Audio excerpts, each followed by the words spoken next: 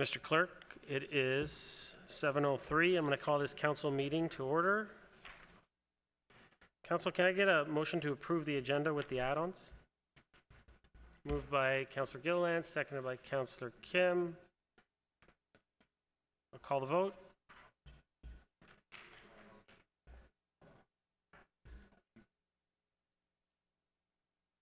Button. Sorry, before I call the vote.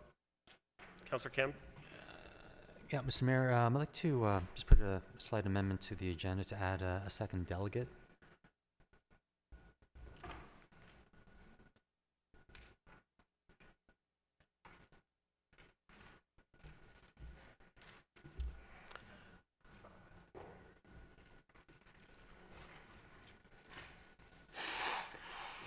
Moved by Councillor Kim, second Councillor Gilliland. We need 2/3 to waive procedure to allow the addition of a delegation. Call the vote.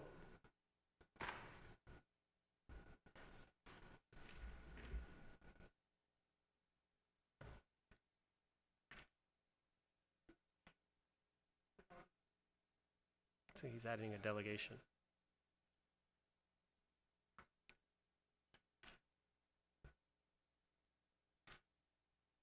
That carries.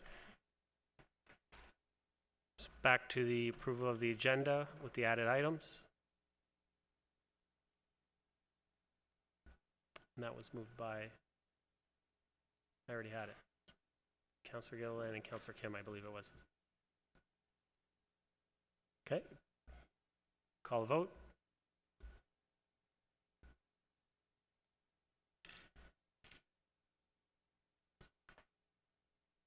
That carries. Any declarations of pecuniary interest? Seeing none. Community presentations. We have one. Aaron Serencia, Manager, Neighborhood Network, regarding Neighborhood Network Strategic Plan.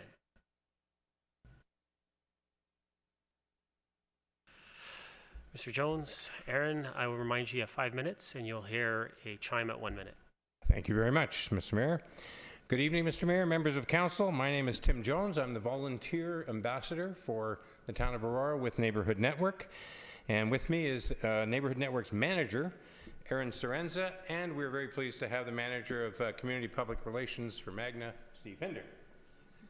We're here tonight simply to share a very brief update within 5 minutes, especially to our newer members of council, about who our organization is and what we do and how we can continue to make Aurora a better place. Thank you for the flip there, Tim. So Magna's Neighborhood Network has been in operation since 2008, and the idea behind our organization was very simple. We knew that the community has many, many resources and volunteers who are willing to get involved and help one another, but they didn't necessarily know where those needs were. So this idea of creating this neighborhood network and linking these able and willing volunteers to these community needs was formed. Tim and Steve were two of the founders of Neighborhood Network. What many people don't realize is that we're actually a department of Magna International. So we like to say that anything Magna's doing to give back at a local level is facilitated by our team, which of course includes the Magna Hoedown, takes place right here in Aurora, and we're very grateful to the town of Aurora for being a sponsor, platinum sponsor, and coming on board and supporting the Hoedown this year. For Neighborhood Network, community engagement has always stemmed from volunteerism. So we have a very dynamic and robust website, which you can see on your screens, that really makes the user experience for the volunteer seamless. They have the opportunity to sort through volunteer opportunities based by their personal interests and find ways to give back that are based on what is most meaningful to them. And we found this to be very effective. We also run programs like our annual spring tree planting, our Give Back Awards scholarship program, and we're the go-to resource for volunteering with all the high schools in our catchment areas. In 2012, we expanded into East Gwillimbury, in 2013 to Georgina, and finally in 2015 into King Township. Today, Neighborhood Network engages with over 14,000 volunteers 50 to 60% of these volunteers are high school students who are working to complete their 40 hours, and then the others range from young adults to seniors. And of these numbers, Aurora makes up a very healthy 26% of our volunteers. We have great relationships with all the high schools in Aurora, and a few years ago, the town actually decided to forego its subscription with the Civic York volunteer database that was manned from the front desk here in the town office, and has turned Neighborhood Network into its go-to volunteer database for all Aurora residents. So we're very thankful for that, and we thank Ivy and her team in customer service for making that happen. Very similarly, when we look at our registered partners of our 417 charities, nonprofits, and community groups that we support with, Aurora makes up a healthy number at 23%. And in fact, last time we were all together in this room, it was for the Community Recognition Awards, where 3 of our Neighborhood Network partners, Special Olympics Aurora, the Aurora Winters Blues Festival, and of course our Citizen of the Year Barb Allen with Able Network, all Neighborhood Network partners were recognized with awards. And all of that said, in my 1 minute and 33 seconds left, we would just really like, as Tim said, to give you this brief update and make you all aware that Neighborhood Network is a resource that's here for you, a free resource for you as counselors and for all of your residents in your community. We thank you for your ongoing support, for creating a presence on the town's website for Neighborhood Network, and anything that you have that comes to mind, whether it's a new community need, we know our community is changing and growing, whether it's a community barbecue, a volunteer fair, please bring it forward to us if you're unsure of how to make that happen. Again, we're a great resource and we look forward to building better communities together with you. Thank you. Thank you, Erin. Council, any comments or questions for the presentation? Councillor Kim. Thank you, Mr. Mayor, and thank you, Aaron, and for the great work that you and the organization does for our community. And you know, I've been fortunate enough that some new residents approached me about volunteer opportunities, and I was happy to refer them to Neighborhood Network. And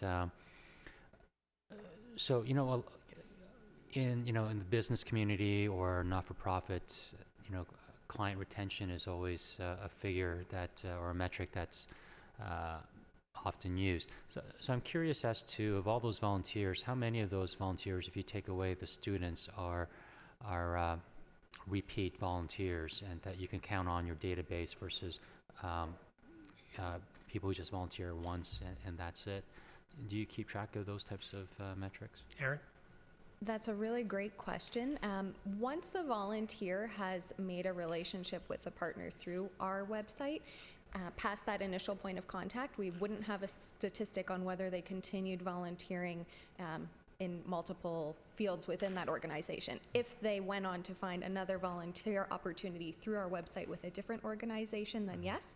But of course, we know that usually what happens with a volunteer is when they find a charity that they're passionate about, they may start here, but they evolve into different areas within that organization. So to answer your question, if it was ongoing volunteering within that organization, unless we did a specific reach out to that group, we wouldn't have a statistic. Okay. But if they've found another different opportunity with a different group, then yes, we would. Okay, great, thank you. Any other comments or questions? Seeing none. Erin, thank you very much for coming. Tim, Steve, thank you very much. Thank you to everything that Neighborhood Network does. You know, I just did a quick number check, so we're like close to 4,000 volunteers just from Aurora, which is incredible.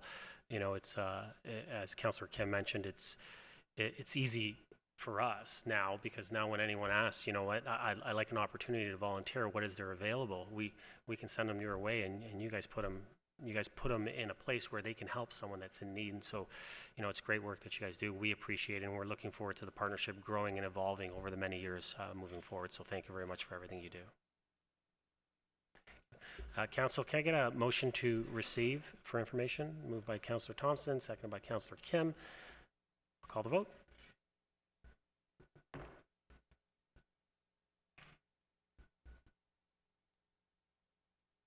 That carries. Thank you very much. We'll move to delegations. First up, we have Ron Kelman representing Sports Horizon Inc. regarding Councillor Kim's motion, Aurora Food and Culture Festival.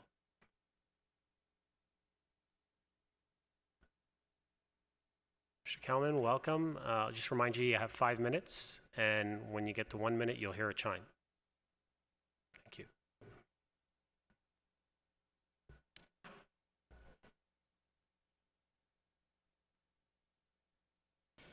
Okay, just trying to get this.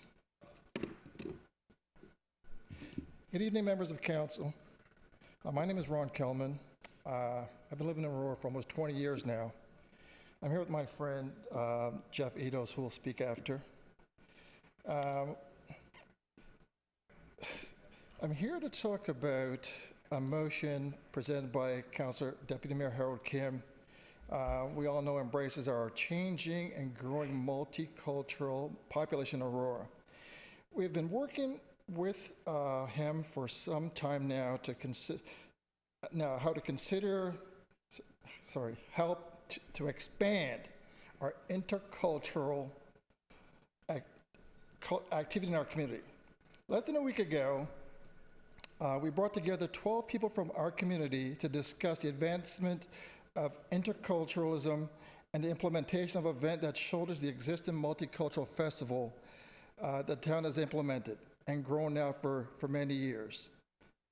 Our event had significant planning accomplishment, and we wanted to see if it had support of various cultures within the community, and we weren't surprised at the enthusiasm. With the town's support, we would, we'd wish to operate an annual intercultural event that brings various cultures together of varying purposes, with the goal of exchanging ideas, explore cultural opportunities. On Friday, September 6th, we are planning an intercultural food and music celebration at the Armory in Town Park. We hope you agree, my apologies, as we feel the new venue is the right size and perfectly proposed for this event. We hope you agree.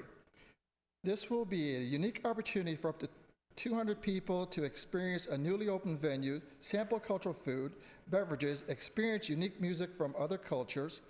This event is not designed to replace or influence the good work that has been done at the Multicultural Festival on Saturday, September 7th at the Town Park, but rather to enhance and extend the cultural celebrations of the festival.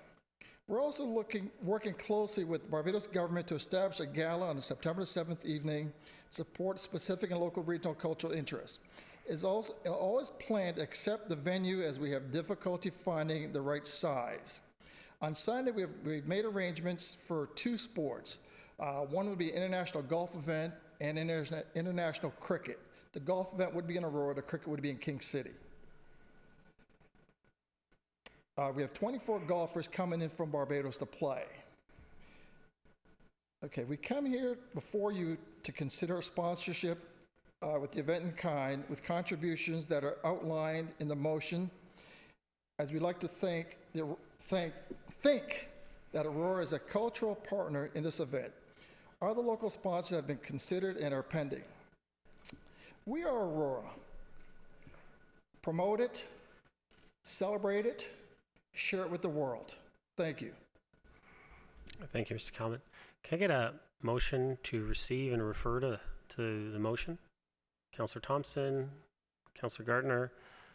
Any comments or questions for the delegate? Councillor Thompson. Thank you. Thank you for being here, Mr. Kelman. I'm not familiar with Sports Horizon Inc., but have you done other festivals like this elsewhere? Can you just name a few just so I Sure. We're involved in the Jamaica Classic, which is an NCAA basketball event. 8 U.S. universities are there, so around the basketball event, we also have food, music, and culture. In Barbados, we've done the same thing. And actually, we just solidified an event today in Barbados with North Carolina, South Carolina, Georgia, Tennessee, and Ontario for a junior golf event in 2020. Fantastic. Thank you very much. Any other comments or questions, Council?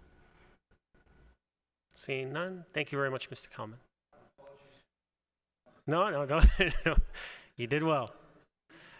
I'll call the vote.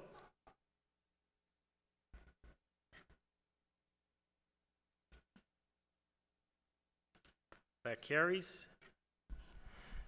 Next delegation, we have Mr. Jeff Edos in regards to Councillor Kim's motion as well. Mr. Edos, I'll just remind you, you have 5 minutes, and at 1 minute, you'll hear a chime.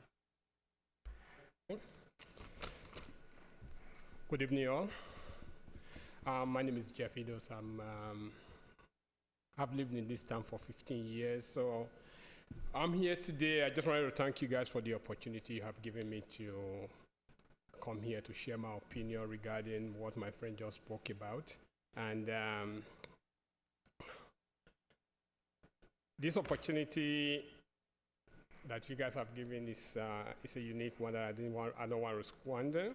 So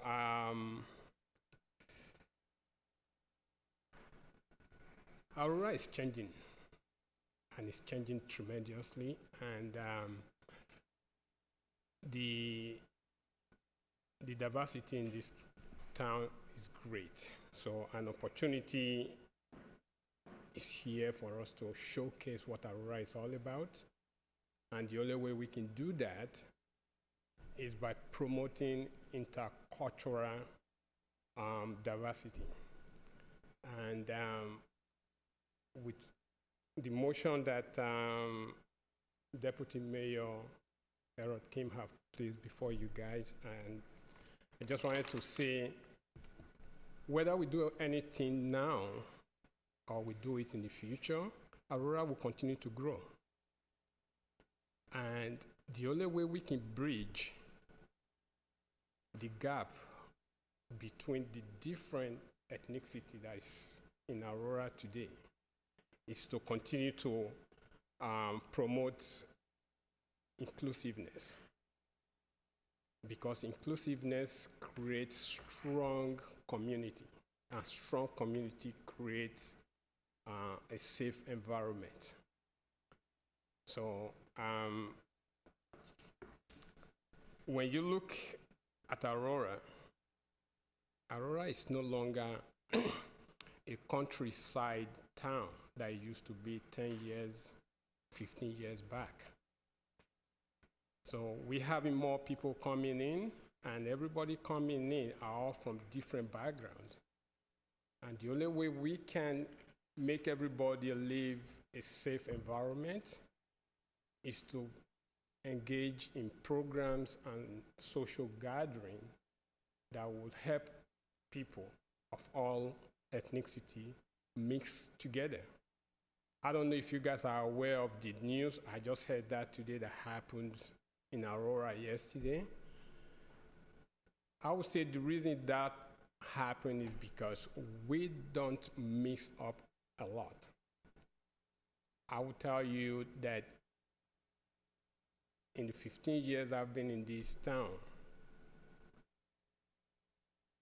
I've not been emotionally moved because of there's nothing in this town that is bringing people together. So with what he has tabled before you guys, I would say it's a good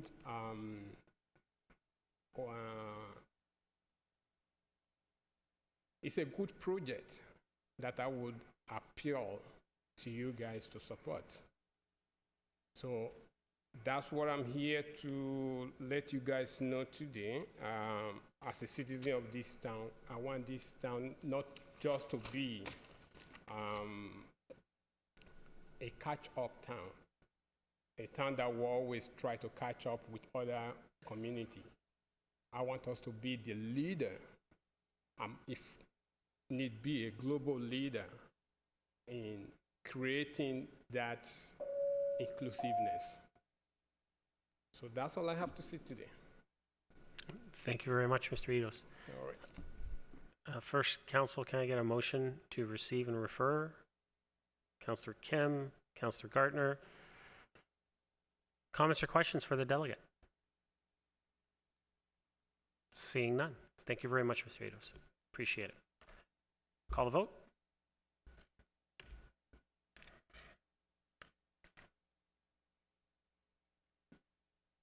That carries.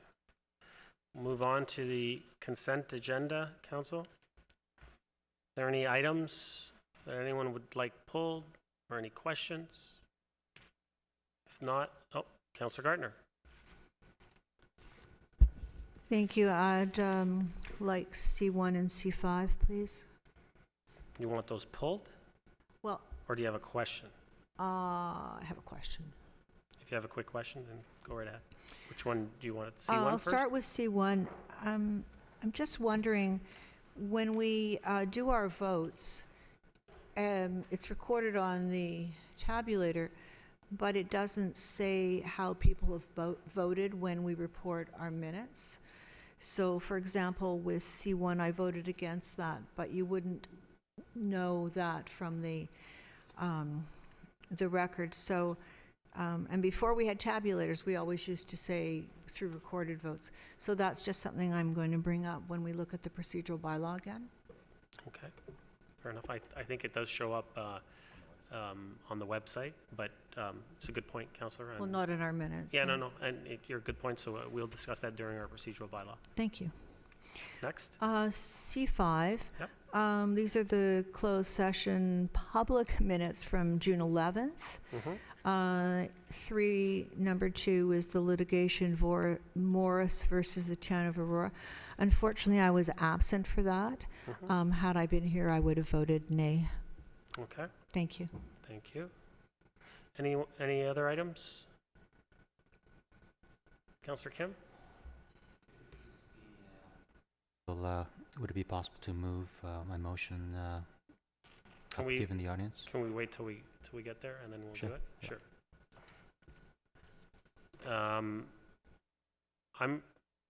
I'd like to pull C4 just for a vote.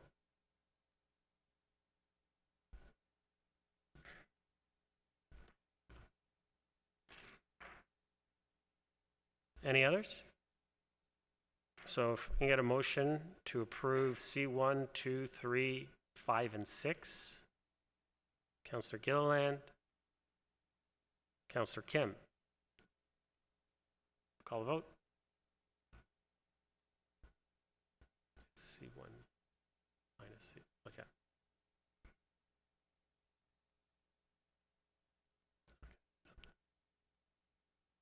That carries. Standing committee reports. What we're going to do, C, we do, oh, all right. I thought we just do it. Okay, we'll do C4. Put C4 on the floor. Would someone like to move that? Councillor Kim, second. Councillor Gilliland. Comments or questions? Councillor Gardner? I don't seem to have C4 in here. It's the closed session minutes from the minutes that you spoke about the public minutes. Okay. It's that closed session report. Thank you. You're welcome. C4, C5. Yeah. So I will, if there are no other comments or questions, I will call the vote.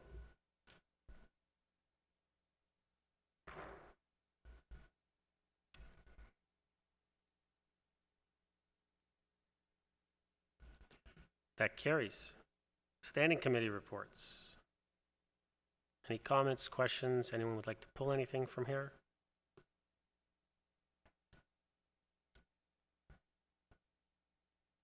Seeing Councillor Gallo. C2, S1, C2. Okay. Anything else? Anyone else? Councillor Thompson? New business item number 1, dances in the park. New business item number 1. Okay. Anything else?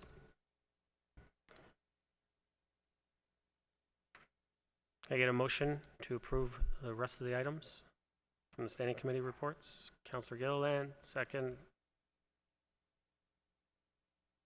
Councillor Kim. Call the vote.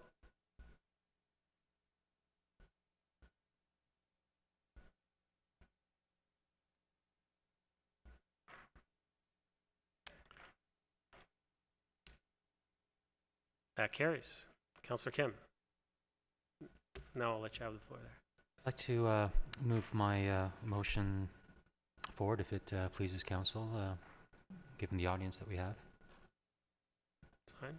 So waive procedure to bring your notice of motion forward? You don't have to waive procedure, just, okay, to move it, bring it forward.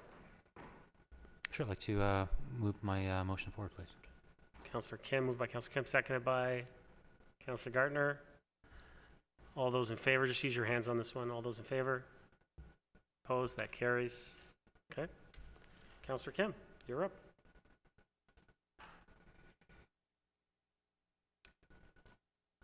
Thank you, Mr.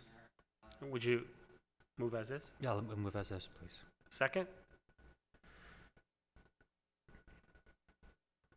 Councillor Gilliland. Thank you. Go ahead, Councillor Kim. Thank you. And also, I'd like to make an amendment to my motion. That funding for the event be provided to an upset limit of $5,000 funded by the council contingency fund. Someone like to second that? Councillor Thompson. Any comments or questions to the amendment? Councillor Gardner. Could someone remind me how much we spent on this in the past, and do we have a motion to spend a certain amount of this at present? I would say that we haven't spent anything in the past on this. This is a Yes, new we event. did. No, Oh, this is a new this event is that's a new event. piggybacking on our multicultural event. So can somebody tell me how much we spent last year on the multicultural event? Ms. McDougall, or Through you, Mr. Mayor, this year's event budget is $18,400 for the Saturday event for the town's component on Saturday, September 7th.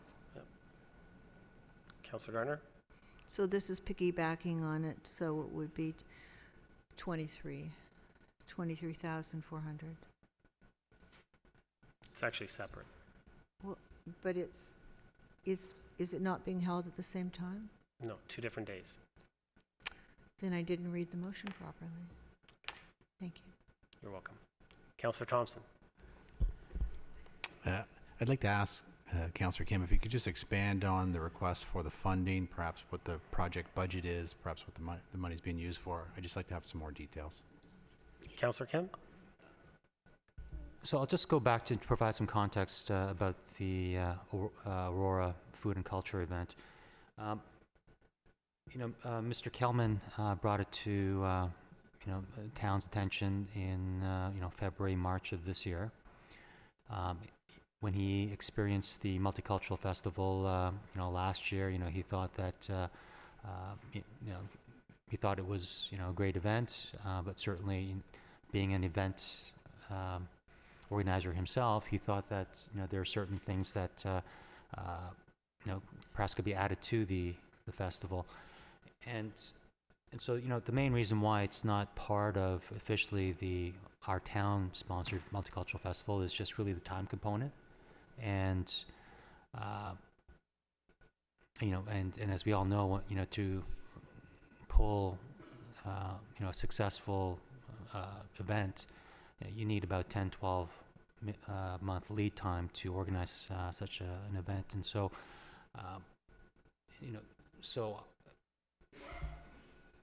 Mr. Kelman met with the mayor and a couple of staff members and myself in February, March, and he had relationships with the government of Barbados and specifically the Ministry of Tourism, and through his contacts with the government, they've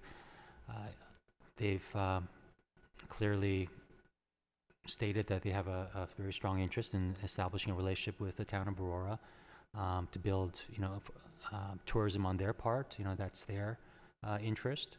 And for us, we thought, this would be a great opportunity from a tourism perspective, a cultural tourism, sport tourism. There's a lot of aspects that the representatives included in our conversations that made it very appealing for the town of Aurora.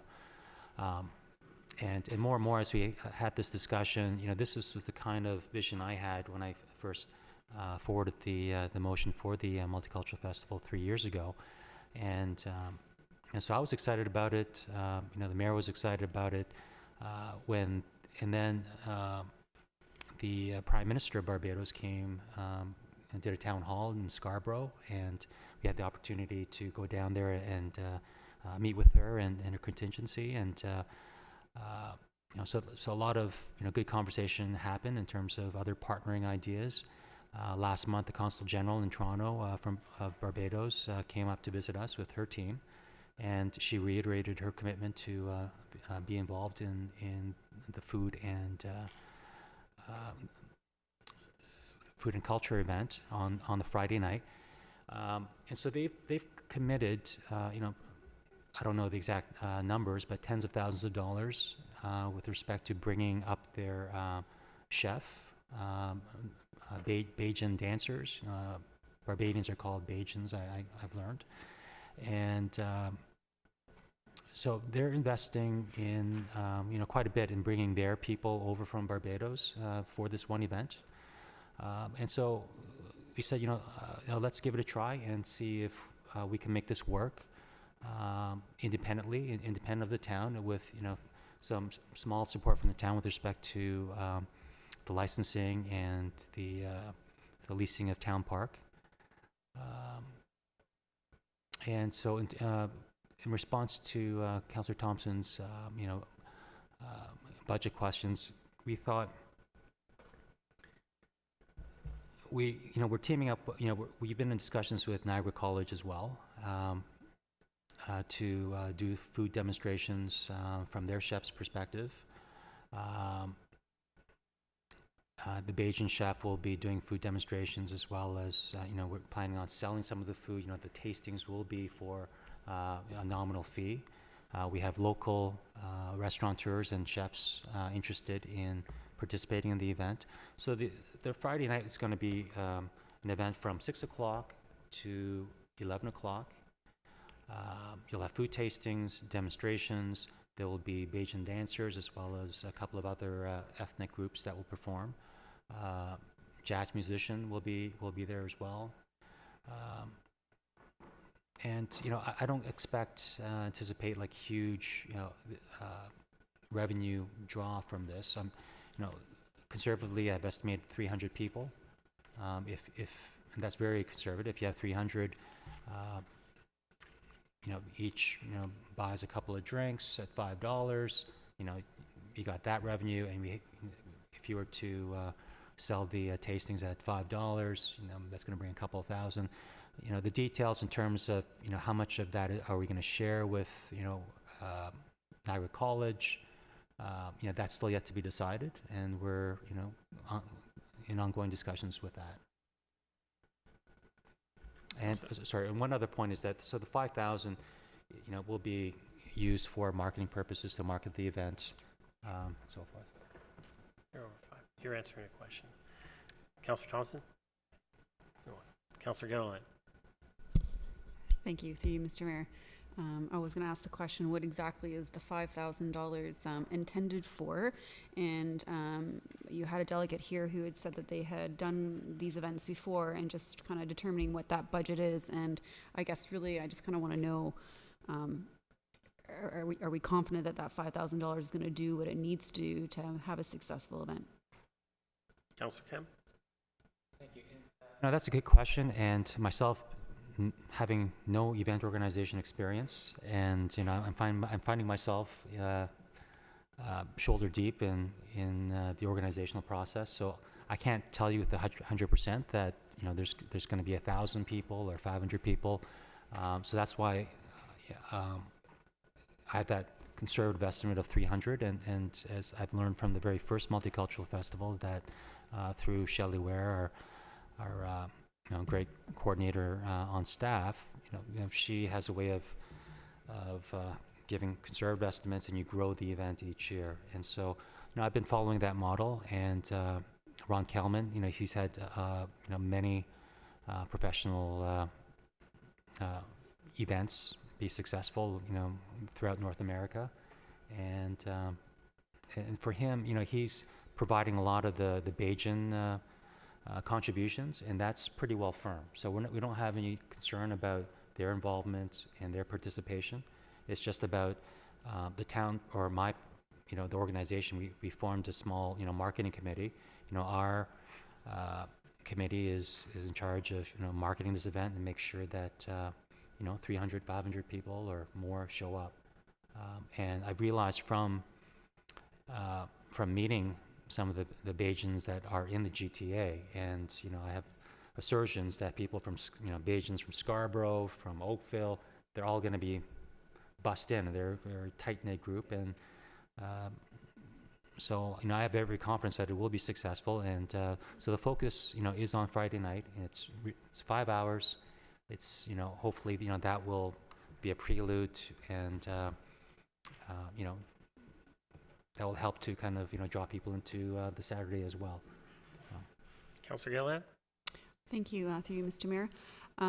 You had mentioned something about Shelley and the events, and I just want to confirm, did you speak with Ms. Ware about the event and discuss the marketing and whether or not that number would kind of reflect kind of the result that you're looking for based on her experience? Councillor Kim? Did meet last week. Because the number is so low, and Shelley didn't really have any problems with it. I'm sure if I said 100, she would have been glowing. But it's 300's a very low hurdle, and but whether you reach 200 or 300 or 400, I'm not sure what would be the barometer of success, because this is initial partnership with a foreign nation, and so this is something that you just can't pass up, because they're putting in the tens of thousands of dollars to bring their people up here. So for us to say we can't partner with you, it just didn't seem to be the right answer. So regardless of whether we have 5 months notice or 12 months notice, it didn't seem like the right response to say we can't do it. Councillor Gilliland? Thank you very much. I think it sounds really exciting. I think our residents would love the opportunity to host something like this, and it is scheduled in and around the Armory, which I just think would be perfect timing. So I like the idea, and I really hope that this is something that council can support moving forward. Thank you. I'll get back to you. You have time. Councillor Gardner? Thank you, Councillor Kim. I have a couple of questions. The $5,000 is going to mostly be spent in promotion, or maybe this is a question for somebody else. So how is the cost of the food going to be covered? Is that going to be provided and people will pay for it? And that will cover the cost? Is that what you're expecting? Councillor Kim? Who's going to be in charge? Well, the committee, Ron Kellman, myself, and those independent volunteers who volunteered on our committee, we will be, making those types of decisions and having the discussions with our local partners. And as I stated earlier, the food will not be for free. It will be charged. And in terms of the detailed conversations, some of the conversations we've had with them, they were open to not having to charge, and those are things that they're still kind of considering, because for them, they're valuing the exposure that they're going to get from the festival as well. So whether even if we charge, we're looking at $2,000 or thereabouts, and so for them getting a cut of that, $200, $300, $400 each, it's not really a significant number for them. I think the biggest value for them is the exposure to those who will be in attendance. Councillor Gardner? Not going to be like the Multicultural Festival where the town is paying for the food. No. And what about the, who's going to be in charge of the alcohol, please? Councillor Kim? Yes, so that is the reason for the motion, is so that we have that SOP, the license in the town park.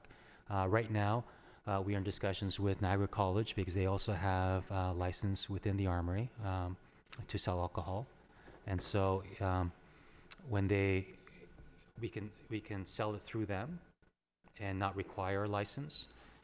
And we will work out in terms of the revenues generated from the alcohol, whether they'll get 100% or whether we split it 50-50, or this event will take all of it. those are things that still need to be ironed out and discussed with Niagara College. Councillor Gardner? Can you just remind me of the date, please? 6th, the day before September our 6th. Saturday multicultural event. Niagara College will be up and running by then, will they? Yes, it will. This should be. So we're going to be counting on them to be able to at least be able to serve alcohol.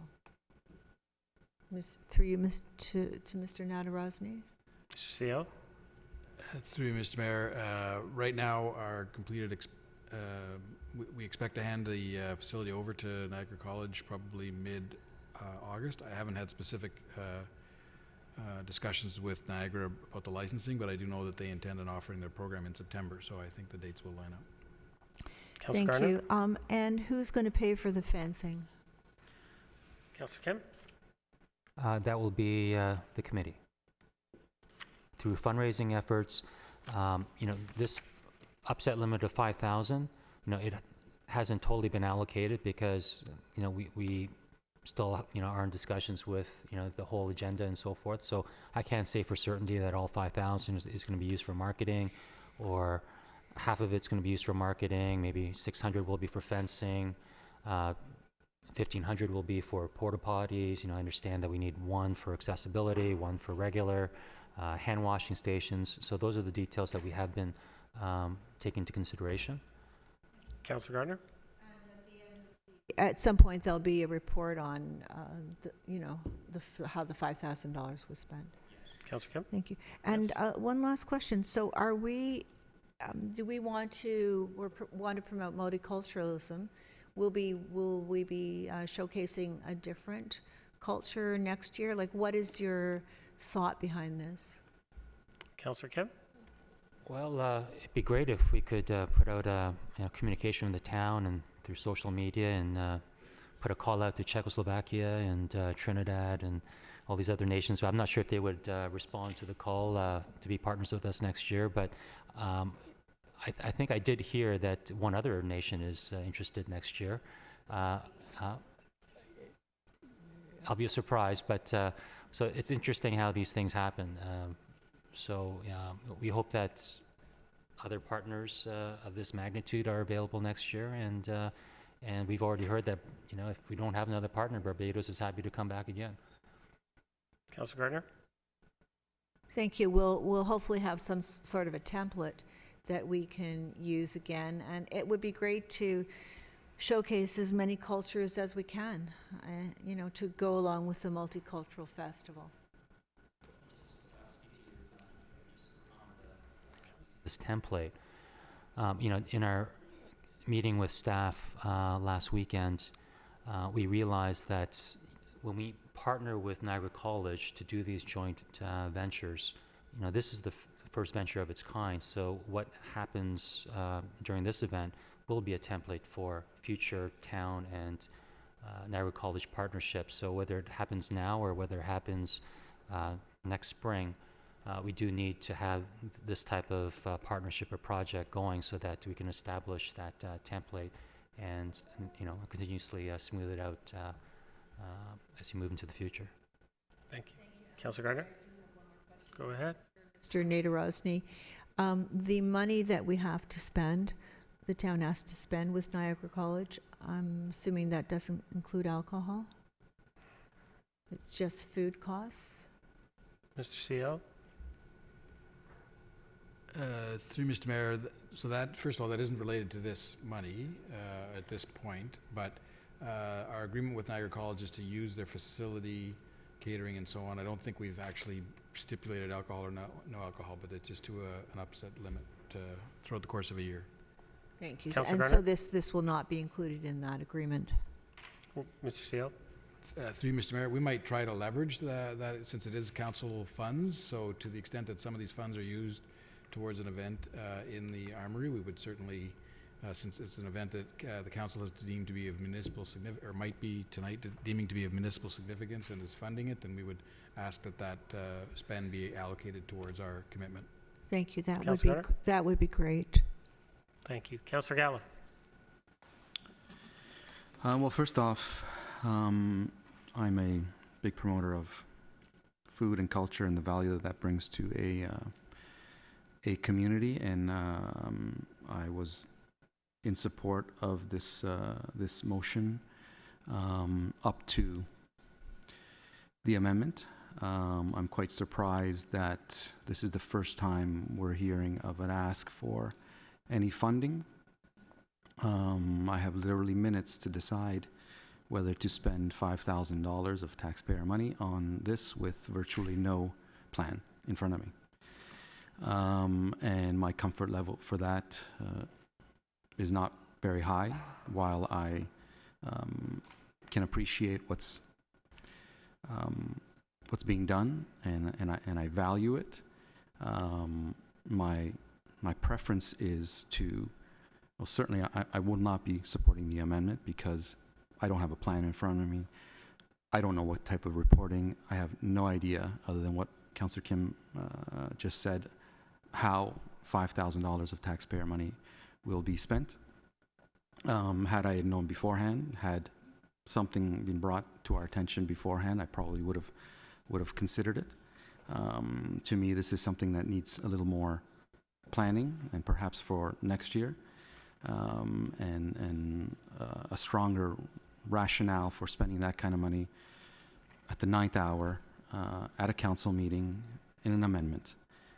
So I will not be supporting this for those reasons. However, should the motion be moved as it was previously, I am in full support of that. Thank you, Councillor Gallo. Councillor Humphreys. Hi, thank you. Through you, Mr. Mayor, and my apologies for being late this evening, some work issues. But I just wanted to say that I'm really excited about this additional day. I think the town needs more events like this. People are looking forward to these after hours and weekend ways to enjoy events like this with their families, their friends. It brings the community together. And I just wanted to thank and commend Councillor Kim for doing this. I know it's last minute, and I understand that these things sometimes come up, but I do believe it's just adding to the already amazing multicultural festival. I'm really excited about it, and I just very supportive, and I'm looking forward to hopefully, I missed the conversation around the table. I hope a majority is in support of this, because I do believe it's a great add-on and in a perfect location to really kick off a great night, a great weekend of events. So thank you very much. Thank you, Councillor Humphreys. Just have one question. I think Councillor Gardner touched on it. Councillor Kim, will there be a full reporting afterwards? Yes, through you, Mr. Mayor, there will be full reporting. Certainly, when any organization I'm involved with is spending taxpayer money, there will be full accountability and full detail in terms of where the $5,000 is being spent. Thank you. Councillor Gallo, second time. Well, it's clear the balance of council, well, I haven't heard from everybody, but is supportive of this. I will remind you that we've had in the past people come to the podium for even far less than actually this, and we make them go through hoops. I think, in my opinion, it's irresponsible to spend this money, taxpayer money, without a significant plan. Having said that, I support the concept. I would have loved to have had more information prior to this, and perhaps if it fails, which doesn't seem it will, next year we can take a stab at it.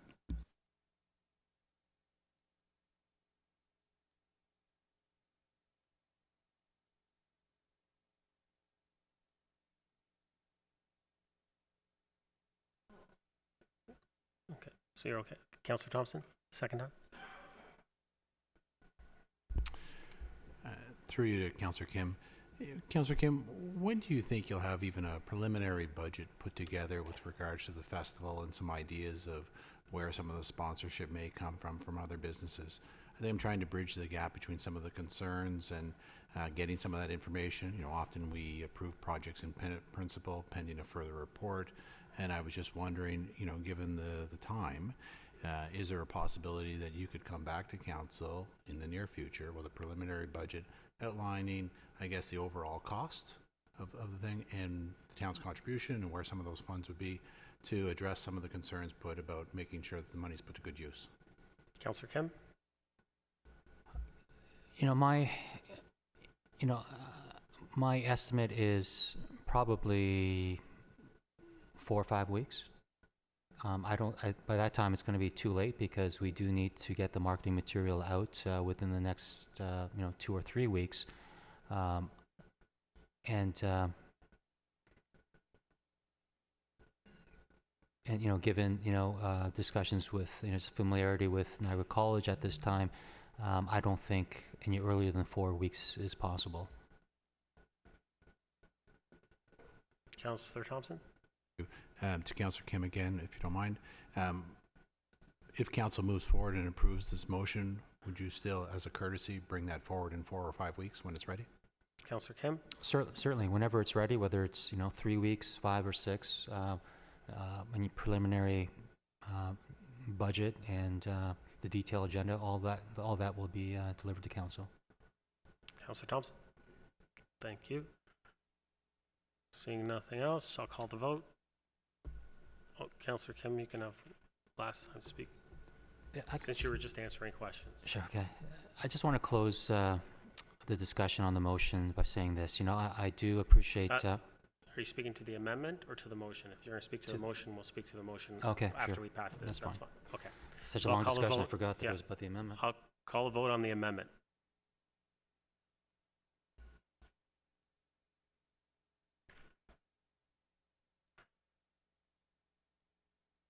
That carries. Back to the main motion as amended.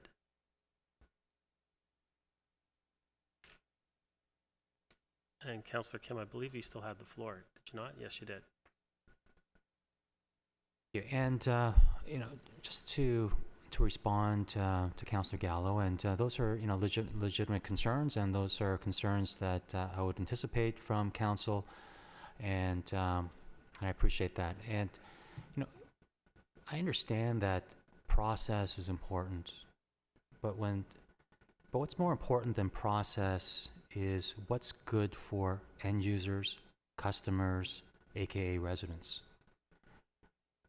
Whenever process gets in the way of what's good for the residents, then the process should be overridden. In this case, given the tight timelines that we were presented, February, March, just to even get the idea across our tables, and to organize an event such as this, and to have another country get involved and say, we want to spend tens of thousands of dollars into your municipality. It's not Richmond Hill with a population of 200,000 or Vaughan, it's Aurora. They're going to bring their master chef, award-winning jazz musicians, dancers, out of their own pocket. So we often talk about leverage. If someone's going to be offering, if a government, I think I've heard one councillor say, well, if a government gives us $17 million or so many dollars from the government, if we put in X amount, I think we said that for the cultural center, for the program that the education program that they had. Now, what a great leverage, and what a great leverage here to benefit our residents for tens of thousands of free cultural exposure to another nation in return for $5,000. And any event that we have, whether it's dances in the park, the Canada Day Parade, Santa Claus Parade, we all know these are not break-even propositions. These are a party that the town creates for the enjoyment of the residents. When you have a house party or you have an engagement party, you don't hope to break even. It's to invite residents, to invite attendees to have fun. For $5,000, I think it's a good risk-return proposition. if only 300 people, 100 people, but you have a whole nation that's willing to take a risk on your little municipality with a big heart, I think it's certainly worth it. So to say that there's no detailed budget, it's not following a certain process, I think from a pragmatic perspective, I don't understand why that question even be brought up. So, I thank everyone for their support, and, I'm respectful of everyone's perspective, and that's why we have healthy dialogue in council. Thank you. Thank you, Councillor Kim. Councillor Gartner. Thank you. It's not that I don't share Councillor Kim's enthusiasm, but it's taken a long time to get these processes in place and to get councils to follow them. And process is what is good for our community and our taxpayers. And it's to me anyway, it's very important that we follow process. And I'm sorry, but I'll have to vote against it because of that. And could you please, Mr. Mayor, could it please be called in 2 separate parts? So it's, Councillor Gartner, just so I'm sure what you're meaning is The you main want motion and the amendment. So you want 1 and 2 together and 3 separate? Thank you. Okay. Councillor Humphreys. Thank you, Mr. Mayor. Councillor Kim, you did a great summary of many of the items that I was going to speak to, and one in particular is this is an event that we're hosting for our residents. And, for the enjoyment of our residents, $5,000, what is that in our overall, what's the percentage of that amount in our overall budget to do this exciting engagement and event for our team? What's the percentage? It's just, you've got to weigh that out. And absolutely great. I respect everyone's, positions around the table. I do, and I understand them. But, just take a look at what the significance of this event is. And we're going to say, no, we'll do it maybe next year. It's almost like slapping that, partner, go away, go to the usual municipalities. So I'm really thankful that yourself, Councillor Kim, and staff have worked hard to build this partnership, and I'm really looking forward to this just being the beginning. We have a lot of work to do to engage our community, our entire Aurora, not just this, the west side, the east side. We need to try to amalgamate our, I should use that word, sorry, but try to get our residents together. And this is just another great event where, what's really positive is it's in September. Lots of people are here. They're at the cottage. Kids are back in school, so everyone's home. I believe it's going to be well attended, and I think we're going to just be kicking off another great event that we're going to become famous for. I'll tell you, some of the events in this town, people come from many other areas to come. Our Santa Claus Under the Stars, our hopefully our Dance in the Park this Sunday. I just feel that this is going to be another one that we're going to be adding to that list. And it's really important to live and laugh and play, or live and work and play in our municipality. And I think this is just adding to that. And I really believe we need it now more than ever. So thank you very much, Councillor Kim, staff, for working on this. And I'm really looking forward to a wonderful new event that we can all celebrate together. It's well worth the funding. Thank you. Thank you, Councillor Humphreys. Councillor Gilliland. Thank you, through you, Mr. Mayor. I too agree with Councillor Humphreys about this opportunity. I think we are trying to have the east side and west side of Aurora come together and have more events. I know that residents have been asking for it, and they do talk about it. When I bump into new residents at any of the events that we have going on, or the farmers market, they're really, really excited about the things that are going on, and they ask, are we going to be doing more? And so I think this is a step in the right direction. I sit and I think about comparing last minute and having opportunities. No different with the Cultural Center when we had this fantastic opportunity with schools, working with schools, the partnerships. Sometimes these partnerships come at times that we need to take the bull by the horns and benefit the community the best that way we can. And I think that this $5,000 is something that the community could really, really benefit from. And I think it's a really great learning thing for us as well. I know growing up when I was younger in my community in a small municipality of Clarington. I don't know if anybody knows Clarington. There was multicultural festivals there, and it's similar to where you would travel from one place to the place, and you would sample their food, and there was beverages, and even as a young teen, I would go and participate, and I just remember that was one of the most fun events ever, and I was able to explore different foods and cultures, and it was really eye-opening for me, and I really excited to share that same opportunity with the residents of Aurora. Thank you, Councillor Gilliland. Anyone else for first time before Councillor Gardner? For a second, Councillor Gardner, second time. Thank you, Mr. Mayor. I remember many heated discussions at this table. The only person who hasn't been present for at least one of them was, in past terms, was Councillor Gilliland. And I remember very clearly how everybody sitting here spoke to the importance of process. And you can't pick and choose. You follow process for the long-term benefit of the taxpayers, and it doesn't matter if it's $1,000, we've had that amount in the past, or $5,000 or more. And I think it's wrong that we don't follow process. Thank you, Councillor Gardner. I was just going to quickly mention to that we are following process. I don't see anything that we're not following. Councillor Kim has put forward an amendment, and it was passed. That's part of the process. I don't see how we're not following process. Mr. Mayor, putting on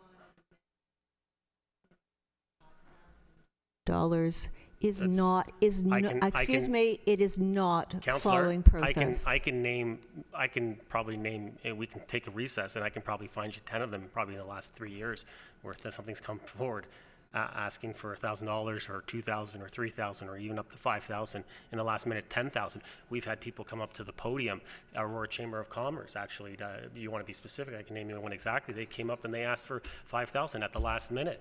10th, actually 15,000 altogether, 3 different events, and it was the last minute, and we said yes. That's the process, is you put forward a motion, council decides, and if council decides, we move forward as a majority. So I don't see how to say that we're not following process. I think that's wrong.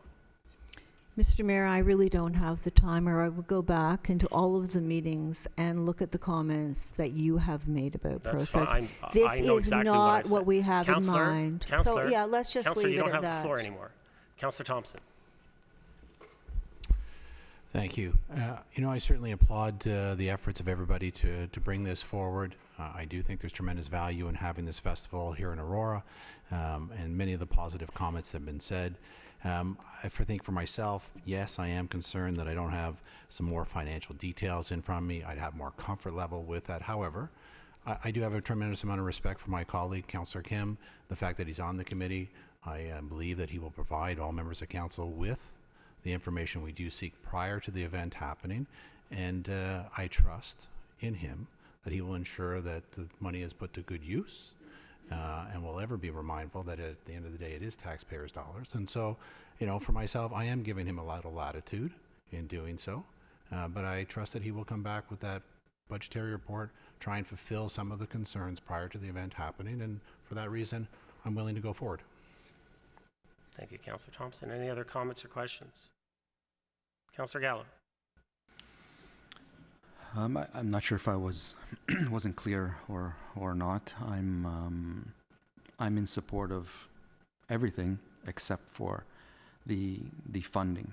I don't know this organization, and I see Inc. at the end of it, so I'm going to assume it's a for-profit organization. Not that it really matters to me that much. And just to repeat, had I, we speak about timing and the urgency of it, and something started in February, last week, even yesterday, some type of an outline, some type of a guideline towards how that $5,000 is going to be spent, would have gone a long way. It's clear that some thought was put towards drafting this motion, why wouldn't some thought be put to this last minute amendment to add $5,000? I'm sorry, but it raises question marks for me. This was probably done a week and a half ago or maybe 2 weeks ago. Surely someone on the committee or the group would have thought, you know, we're gonna need some money for this, unless it was an hour ago that we figured we need some money for this. Did we know yesterday? And if so, why couldn't something be sent to council? It's just, to me, it's not a process we should be following. And it's, quite frankly, to a much smaller degree, it's this type of thinking that got us in trouble with the JOC and other projects where we ad hoc and with not a lot of detail and lots of trust get ourselves into a lot of trouble. And my comfort level is not as high, unfortunately, as Councillor Thompson's is, not necessarily in Councillor Kim, but in the whole process, in because I know nothing and how this money is going to be spent. So I will not be supporting this, and I'm happy it's broken down. I'm happy to support the first two items. Thank you, Councillor Gallo. Any other comments or questions? You know, as Councillor Kim mentioned, I think this is a great opportunity. I mean, you have a country that's willing to spend money to bring mixologists, bring jazz players, bring all sorts of people here to our community, not any other community, to our community. I'm willing to spend that money and put it in, and the return on that $5,000 is incredible. Same thing as we spoke about when we talked about Niagara College and a college coming to our municipality and the return on investment on that. This is the same type of thing. That $5,000 is a mere nothing compared to the return that we will get. The people that will come to our community for this event will in turn come back and return. Visit our restaurants, visit our shops, shop around town, start to become part of the community, see the great community that we are. They'll visit the Hillary House, and they'll see the historic aspects within our town. That's what we're talking about. We're talking about creating not just simple tour. We always talk about tourism. This is an incredible opportunity to create actual tourism, to have people coming here from all over the place. Councillor Kim mentioned, we spoke with the Prime Minister. We spoke with the Council General. We had her here at the office. She visited the town, saw all the sites on Niagara College, saw the Cultural Center, was amazed at the beauty and the heritage of our town, and thought that this would be an incredible opportunity to bring Bajans to Aurora and have them celebrate the uniqueness that our town is. And and when we look at the reason this is all started, when we look at, and I had the conversations with the Prime Minister and with the Council General, and when I heard the Prime Minister speak about how Bajans, how they feel about their community and what it's all about, and I see a lot of similarities with the town of Aurora and Aurorans. And that's what it is. It's that value and that respect for our community. And so there's so much linkage between, I think, our two communities, that it makes sense for us to do something like this. And we are going to move down the path towards possibly looking at twinning with Barbados. We've already started down a path. I've had conversations, like as I said, with the Prime Minister. I've sent in a letter. We are looking to go down that path. We'll see if we get there.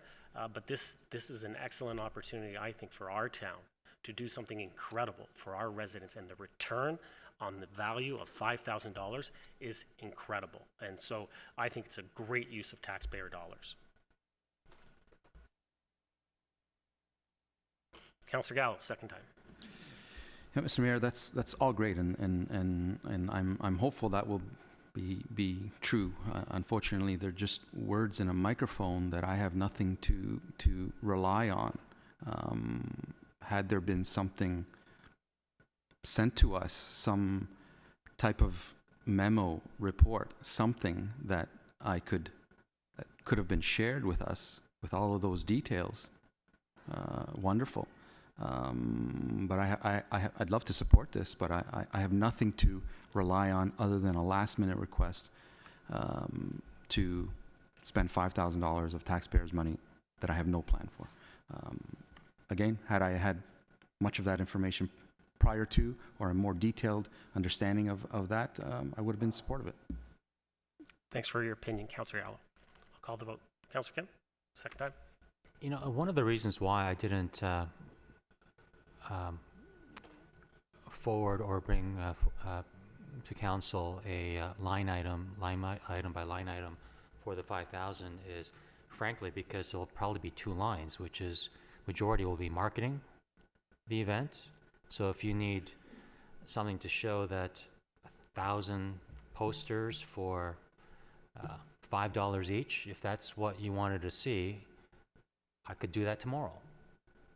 Because it was so simple, I didn't even consider it. This is not something you need a mixologist or accountant to figure out. It's, but you know what? That's my fault for not considering that. Even though it's a very simple budget for the 5,000 that I'm planning on spending it on, I didn't bring it forward.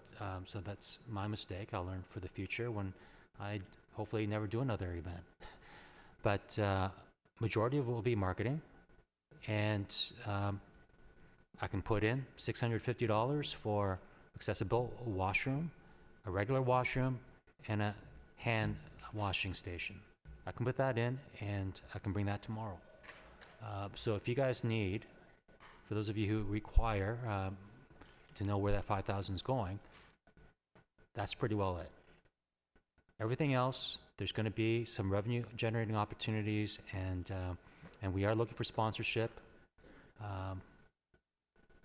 So that's where the 5,000 is going. I can bring it to council earlier than 4 weeks, frankly, if that's all is necessary. But I was thinking 4 to 6 weeks in terms of more clarity in terms of the overall that weekend or the Friday night, which is there's more planning involved. But in terms of the 5,000, it's really just initial marketing and saving $1,500 for washing stations and things of that nature, and that's it. Thank you, Councillor Kim. Call the vote on number 1 and number 2.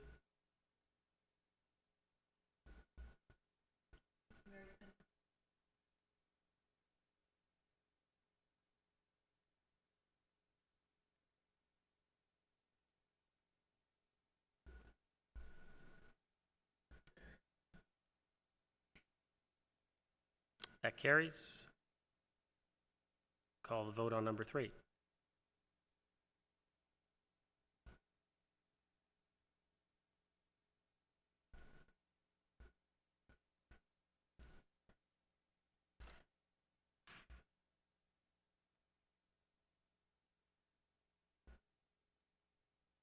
That carries.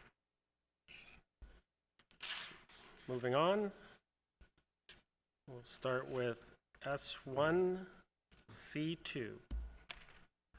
Councillor Gallo, you pulled this one? I'd like to move that this item be deferred to a future council meeting after the confidential memo dated June 6th, 2019, be placed on a closed session agenda. I'll leave it up to staff to determine when that could be. Can I get a seconder? Councillor Gartner. Comments or questions? Councillor Gallo? Sure, that this item be deferred to a future council meeting after the confidential memo dated June 6th, 2019, be placed on a closed session agenda. Just to be clear, I had some conversations with Ms. Serio, and it's my understanding, and maybe Mr. Downey can confirm, that there is no urgency to pass this tonight, and one more cycle of council would be fine in terms of moving this item forward. I guess, Mr. Downey, if you could confirm that. Mr. Downey? Through Mr. Mayor, yes, I had a conversation today with Mr. Serio, and I have no objection to delaying it one cycle of council. It's more than likely work that we'll be doing in the fall, as opposed to doing during the summer when the skateboard park is being heavily used. Councillor Gallo? my objective, as it was last week, was to first have that discussion, and I'll be frank with you, after that discussion, I'm going to probably be suggesting that that memo be made public so that we can properly communicate to the residents the full history of this project. That's ultimately my intent. Councillor Humphries. Thank you, through you, Mr. Mayor. And I'm not sure what the closed session agenda is going to prove. We have all the information. We've worked on this for years. And I don't, through you, Mr. Mayor, is this going to stop any progress in terms of getting the skate park moving? I mean, by the time we have a closed session, and then who knows what comes out of that. This is something we've let the residents down on for many reasons that we all know. And I'd like to move this forward. We have kids that are going to Newmarket, everywhere else but here. I don't want to see any delay here. I'm not worried about this at all. Can someone answer, like, so there'll be no delay? Fine, no problem? I just want to make sure. Mr. Downey. Through you, Mr. Chair, certainly from the conversation that we had last week, it's my understanding that council doesn't have an objection with this moving forward. Right. So it's simply a timing issue. So I can certainly instruct staff to commence the work with regards to the preparation of the tender documents and Okay. any conversation that we're going to have with regards to perhaps redesign of certain elements. So that will proceed. Okay, perfect. And as I said, it's our hope that this is work that would commence sometime in the fall as opposed to in the summer. Okay, great. Thank you. I appreciate that. I just wanted to make sure there's no they can do this in parallel. That's fine. Thanks. Thank you, Councillor Humphries. Any other comments or questions on this?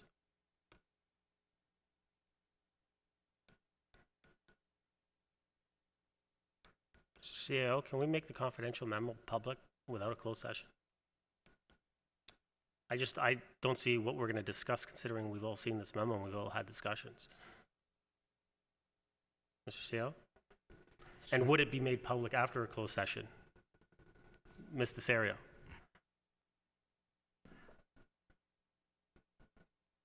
To you, Mr. Mayor. The confidential memo contains legal advice, so that is protected by solicitor-client privilege. Only council as a whole can waive that privilege. So if you waive it, then yes, it could be made public. If you don't waive it, then it won't be made public. Do you have to go to a closed session to do it? Only if you have questions for me, that then I'm going to provide further legal advice. If there isn't going to be any questions on it, you could potentially think about waiving it now and then making it public. Thank you, Ms. Desario. So basically you're saying is if we want to waive client solicitor privilege, that's what we would be going into closed session to talk about, in essence, to allow the memo to become public, Only if that's requested by someone, if that's requested by someone by somebody from council. from council. Thank you. Councillor Gallo, second time. I'm happy to do that now. That's my ultimate goal. I thought maybe somebody might want to discuss it prior to doing that. But if nobody feels an urgency to do that, I'm happy to move that forward right now. I'm not interested in delaying anything. I'm interested in having the public having full disclosure. That's my interest.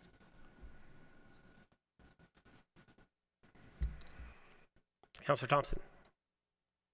I'm fine with supporting the motion as it stands. I'd prefer to go into closed session for the only reason is I'd like to hear from Mr. Serio about what if there are any ramifications of making that report public, and that'd be my general question with any report that contains legal advice. And so I'd prefer to go into closed session. It could be tonight, it could be in July at our next meeting, that's fine, but that would be my preference.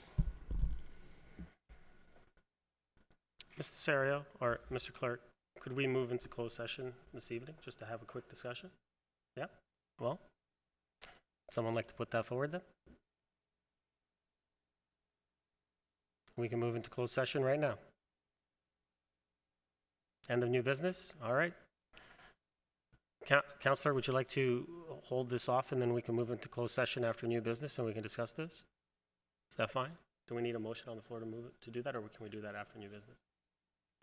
Withdraw this?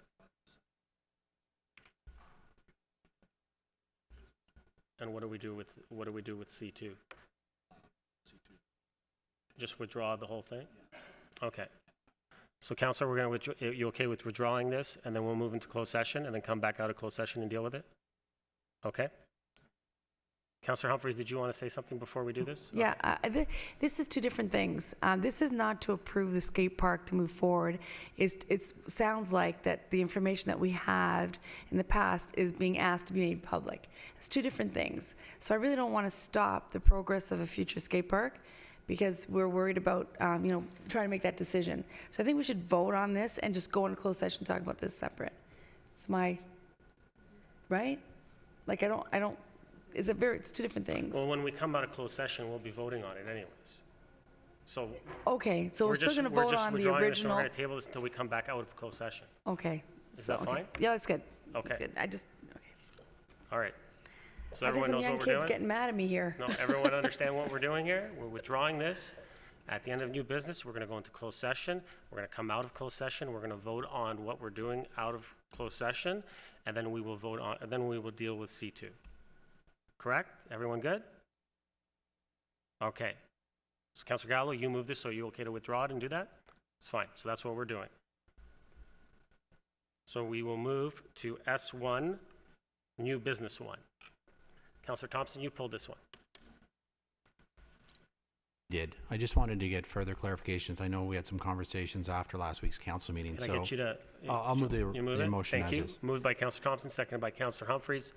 Go ahead, Councilor Thompson. So my understanding is it was brought at the last minute last week because of the need to move forward with it, but the long-term intent, if my understanding is that the town will then take this over as an event similar to RibFest, where we work with a partner like the Rotary Club, whoever, to manage the event. But is that correct? Is that the sort of the long-term vision? Should it be successful this year? Is that next year will be just part of our overall event budget?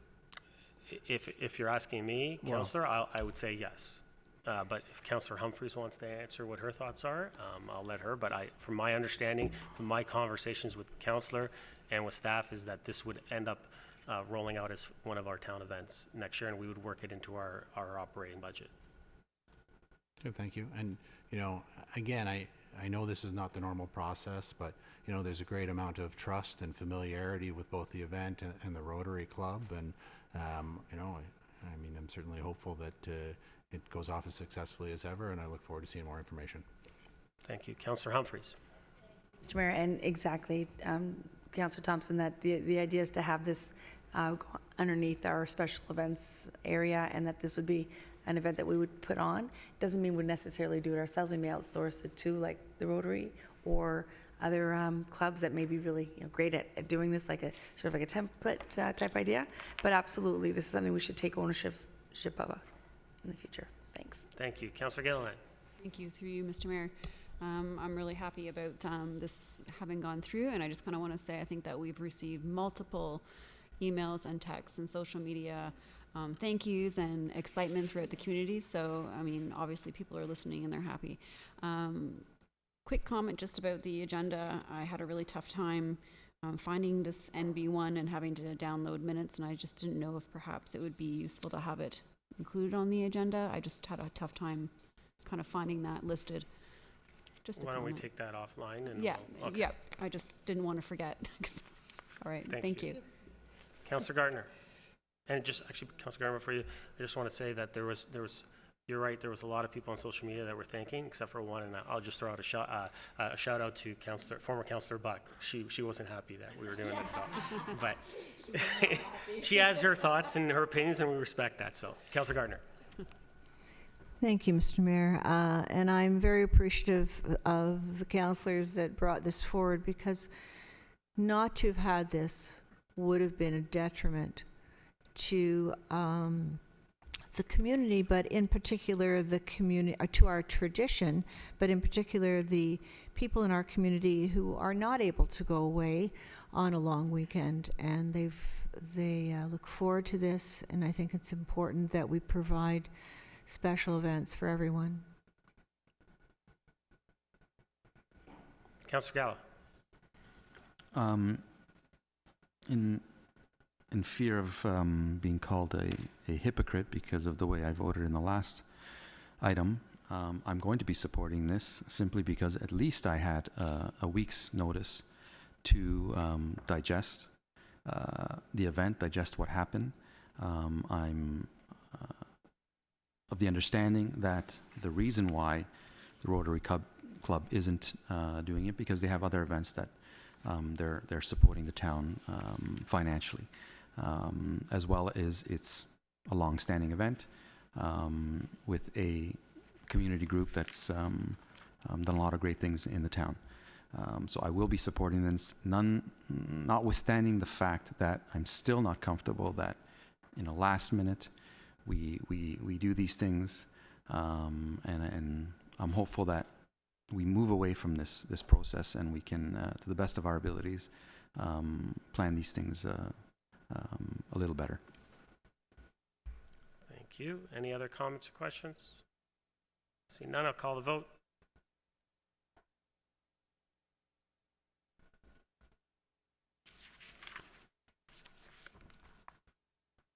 That carries. R1. My memo.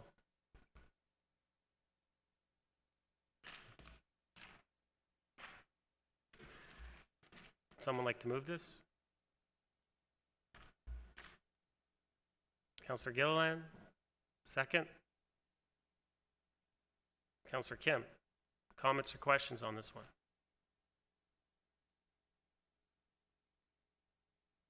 Seeing none. Councillor Thompson. Thank you, Mr. Mayor. While I'm comfortable putting my name forward to serve on JCC in the interim, it could be a challenge for me to do it for the whole 4 years. So happy to do it now. I do understand there are a number of significant things before JCC, including the new fire hall, and so I do have some familiarity, so I'm fine with that. But I also, I don't know if there's been a chance to speak to all members of council. I don't know if Councillor Gardner has any wish to stay on it or go on that committee, but if she did, I'd be happy to step down in favor of her.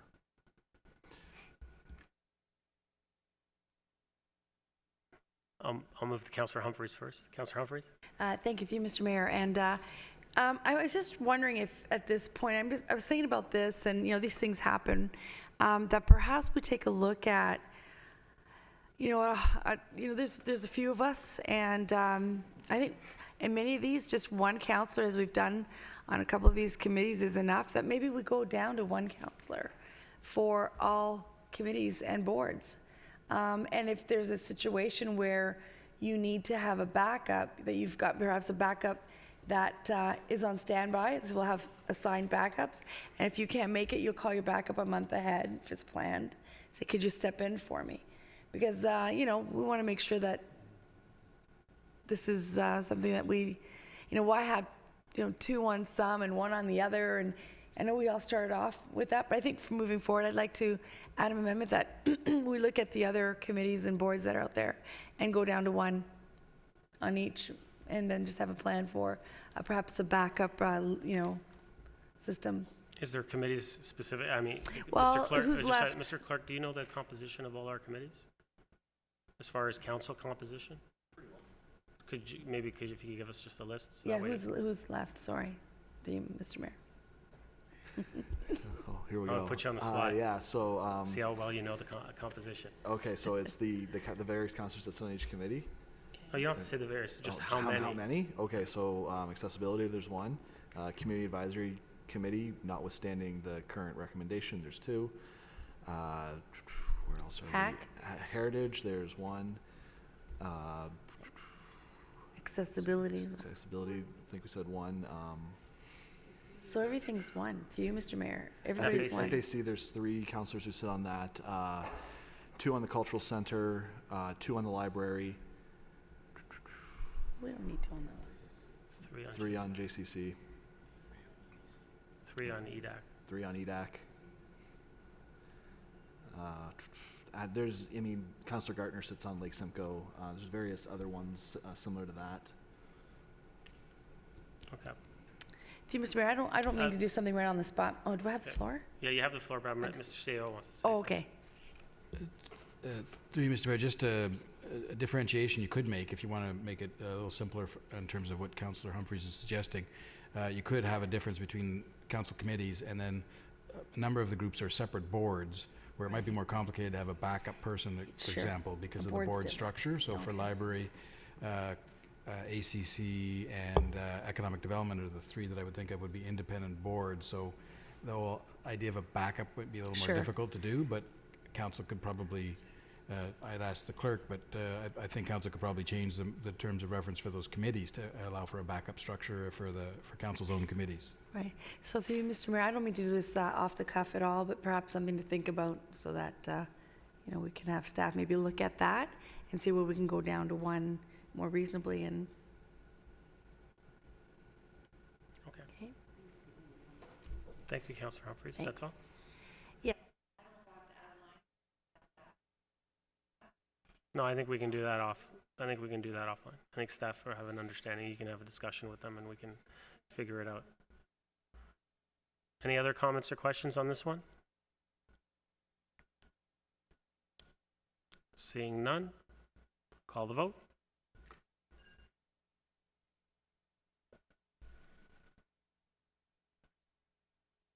That carries.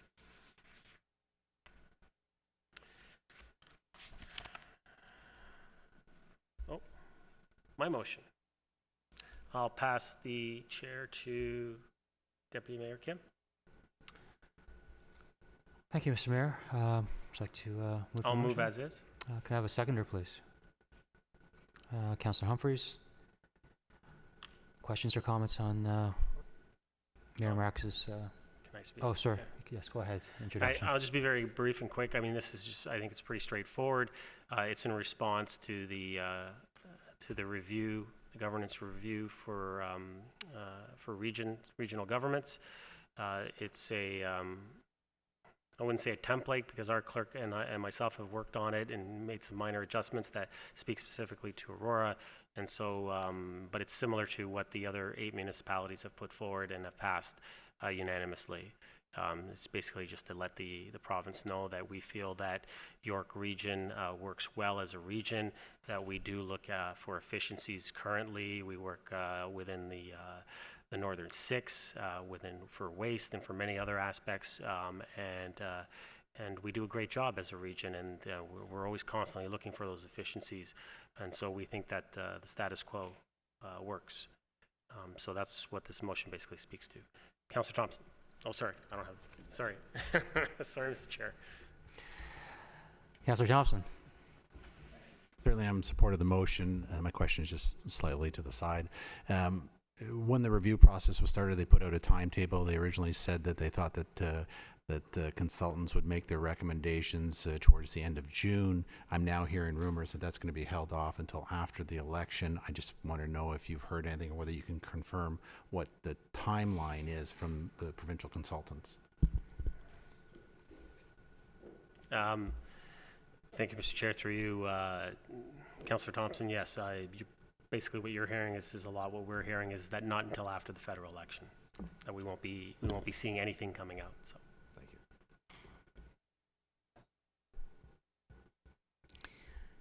Thank you. Thank you. I thank Mr. Mayor for putting, and the clerk for his help for putting together this excellent motion. I think it's comprehensive and certainly necessary to send the message.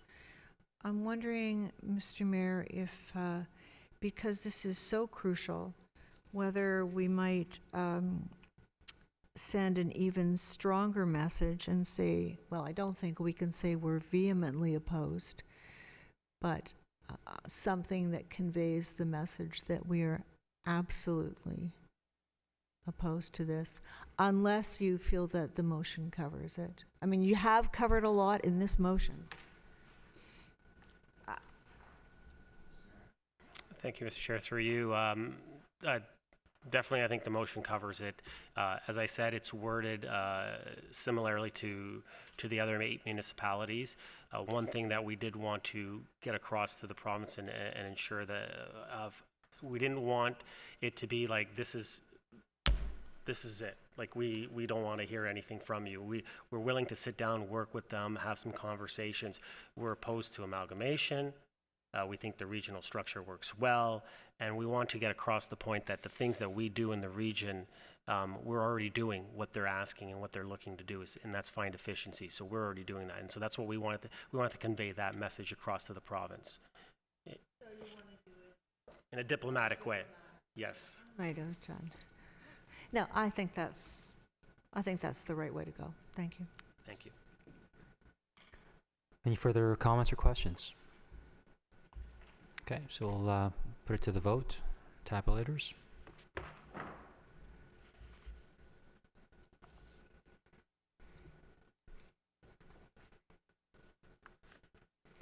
Mayor Marakis' motion passes unanimously.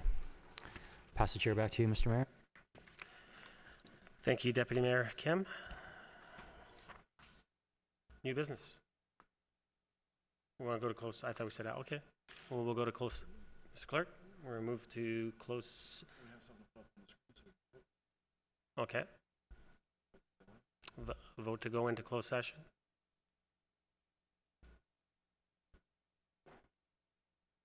Moved. Can I get someone to move that? Councillor Gallo? Councillor Gartner, second. Comments or questions? I hope not, because we already discussed this, so I'll call the vote.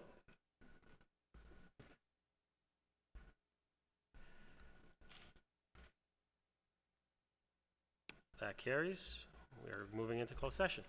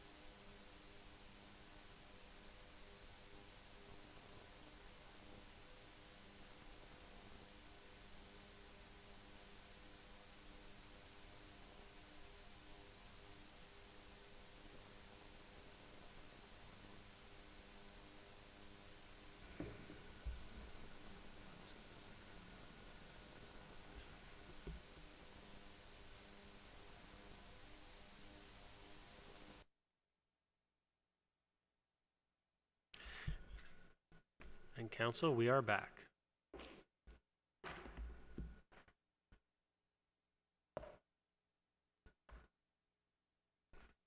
Mr. Clerk, we're waiting for the motion to show up on the screen.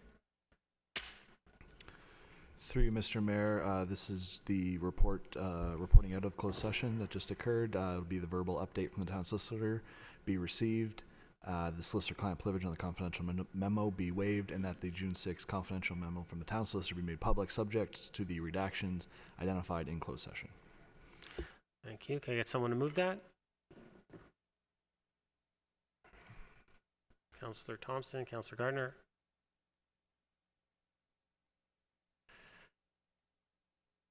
Any comments or questions? Seeing none, I'll call the vote.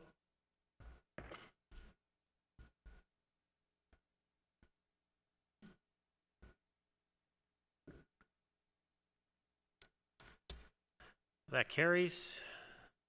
So council, we will move to C2.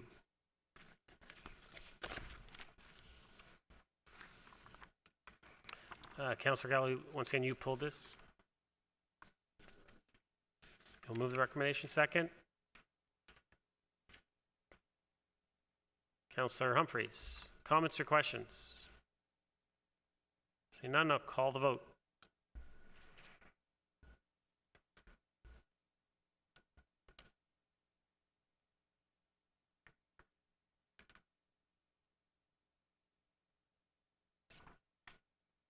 That carries unanimously. We have no regional report. New business. I will start to my left. Nothing. Councillor Thompson. Nothing. Councillor Gardner. New business. Thank you, Mr. Mayor. Last week I asked that the public be provided the information that council had on the train whistling, but I didn't suggest any way that it should be provided. So could it be on just an information item for a report? Mr. CO? Through you, Mr. Mayor, my intention with the train whistling issue, we had reviewed the last direction from council, and then we went back actually and looked at the tapes of that meeting, and there was a number of different directions that council was given, and so we felt that the best way to bring this back would be to summarize those directions and get a specific direction from council on which items they wanted us to follow up on. So our intention was to bring a report back to a future council meeting that would summarize all those directives and make sure that council was clear on the amount of work, because some of it entailed quite a bit of work in terms of some of the research that was requested. And we got that memo. Thank you. And I don't know what the timeline is, but is there any reason that that memo couldn't be put on a public agenda so that any member of the public who's interested in or has been waiting around for that issue for quite a while now? Mr. CO? Through you, Mr. Mayor, there's nothing in there other than that process piece that I've just given you in terms of that's what we plan to do. So our next public vetting of this would be in the form of a report to council just to clarify that direction. But we're not sure what those things are on that, what items are on that list, so that's we wanted more time to develop. I understand that, but I'm thinking it's going to take quite a while to do that. Yes? Mr. CO?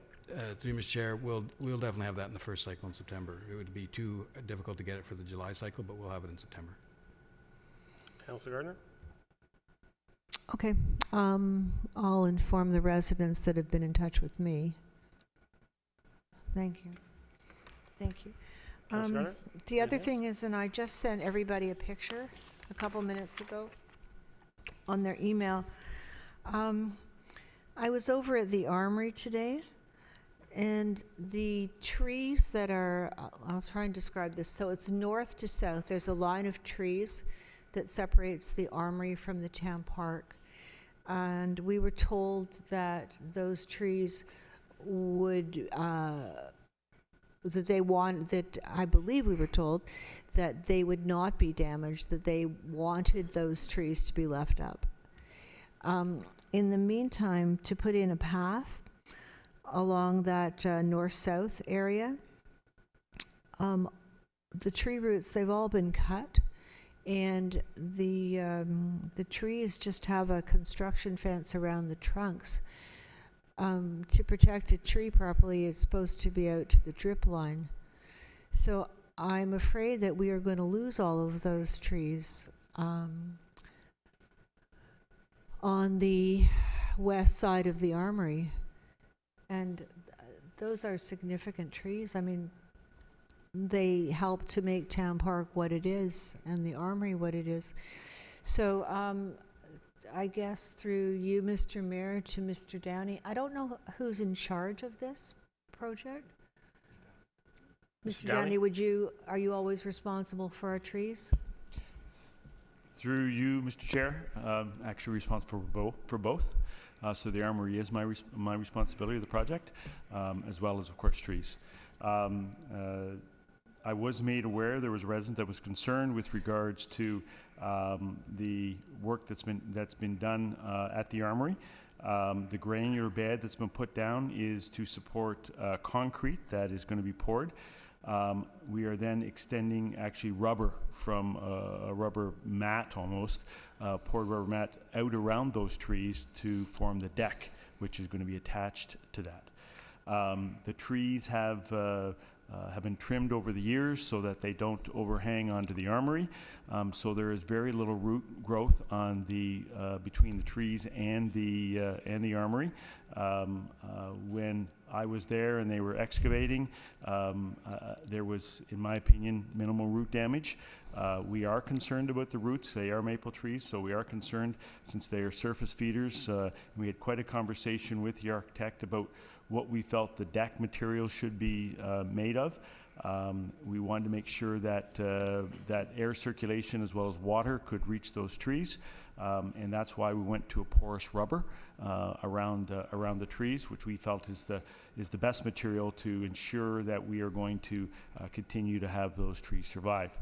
Certainly is our intent to keep those trees. We have brought hydro to each one of those trees, so we will continue to put lights in those trees throughout the year, and don't have the concern with regards to the ongoing likelihood that those trees are going to survive, but the construction that was done, I don't believe was invasive to the tree itself or had a detriment to its health. Thank you, Mr. Downey. Councillor Gardner. That's a fulsome answer, Mr. Downey, and I didn't even tell you in advance. But it is true that when the gravel path was put down, the roots had to be cut in order to dig the trench to put that gravel down. So in your opinion, that has not damaged the trees? Mr. Downey. Through you, Mr. Chair, you are correct. There were roots cut, not a significant amount of root. If you take a look at the trees, you'll notice that there's almost no branching between the tree and the Armory because we've trimmed all those branches away. Whereas most of the growth is within Town Park. So that's where the majority of the root growth is in that area. So I was aware that there was some roots in that area, but not a significant amount of root, and that's why I feel that it's not going to be a detriment to the tree. And it's a distance away, not a significant distance, probably 3 meters. But Councillor is correct. It is theoretically within the drip line, although, as I said, we have trimmed those trees, and the majority of the drip line is within Town Park. Councillor Gardner. Thank you, Mr. Downey. I know my eyes are getting older, but they were looking at the scene today, and to me there is significant growth, not as much as on the other side, but there is significant growth between the trunk and the Armory. So I would appreciate if you would have another look at that and just ensure that you could do anything possible. I don't think putting the fencing where it is going to help much, but please have a look at it. Mr. Downey. Through you, Mr. Mayor, I have a weekly meeting at the Armory, so I can certainly reach out to our arborist and find out if he has any recommendations with regards to, or any concerns with regards to some of the work there. But Okay. that would be at 2 o'clock on Thursday, and I can take a look at that point. Thank you. And one last thing, and I think I caused some trouble last Thursday. Some residents in the Henderson area, in the Henderson Forest area, called me. There was a contractor wanting to put up a fence on the south side of Henderson. So I went over, and actually they were going to put it just where there are a lot of nesting holes. So I want to thank Mr. CEO, because I know that, well, actually the contractor came a day early. They were supposed to wait for staff before they began work. But I want to thank Mr. CEO for putting that on hold for the moment. I mean, it is the nesting season. Generally, you don't do anything around any nests, including turtles. And if nobody's ever seen a turtle nest, it's this tiny little hole. It's really hard to see. I think these gentlemen might have entirely missed them. Quite fascinating. Thank you. Thank you, Councillor Gardner. Councillor Kim, new business? Through you to Mr. Downey, just regarding the deadline for the Armory. Can you confirm, the probabilities of August 9 being I'm not sure if you can give a hard answer to that, but are you reasonably confident that August 9th the Armory will be completed? Mr. Downey? Through you, Mr. Chair, it's a topic of conversation every site meeting. The complication between when it's actually done and the commissioning seems to be our biggest concern at this point.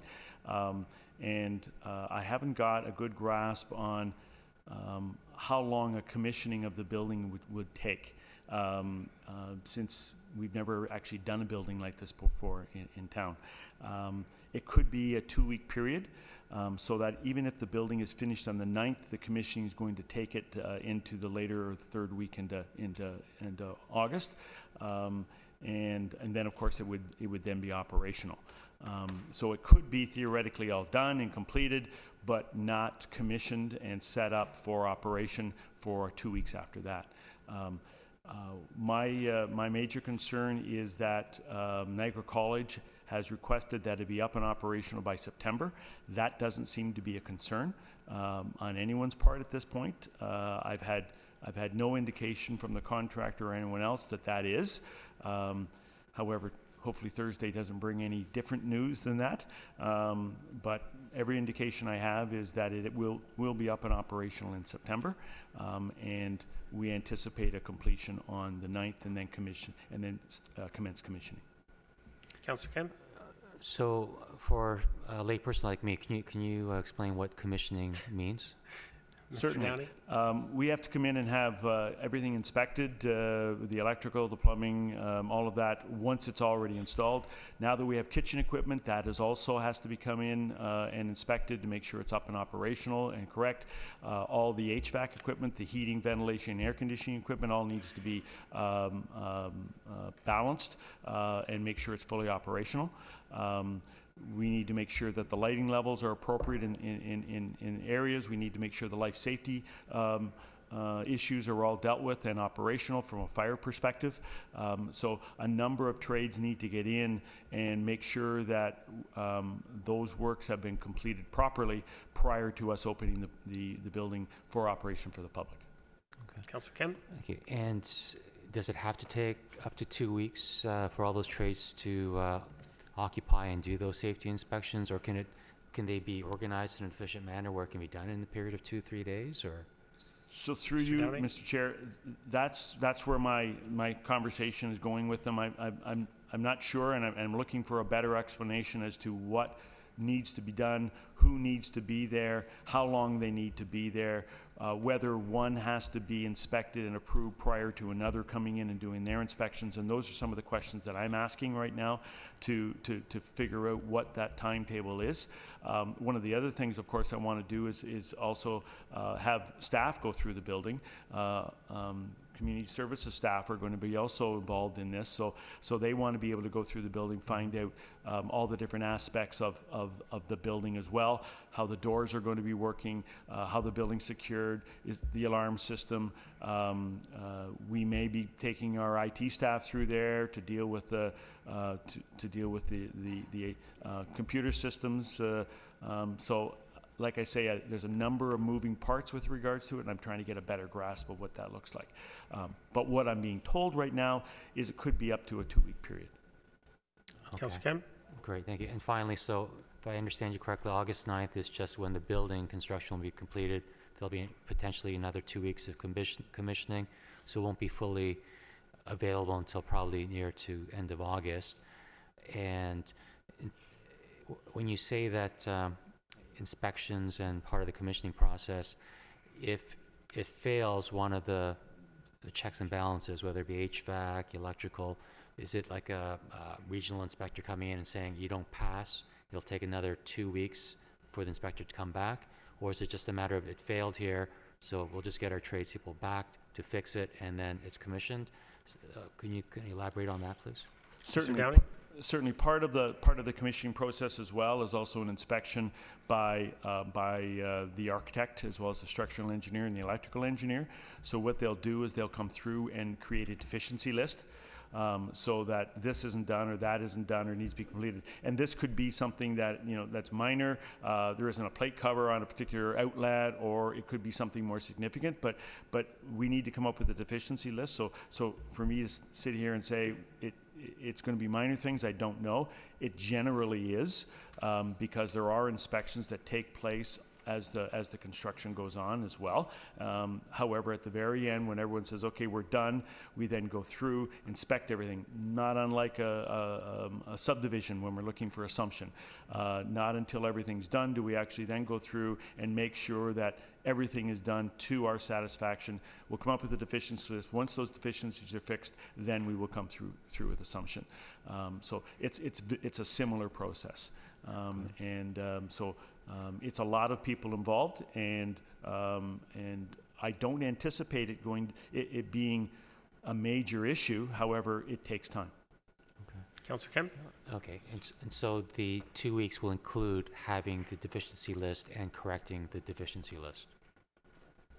I can't, through you, Mr. Chair, I can't make a commitment to that because it may be a deficiency that it's a part that needs to be ordered, and that part is going to take 4 weeks to get ordered.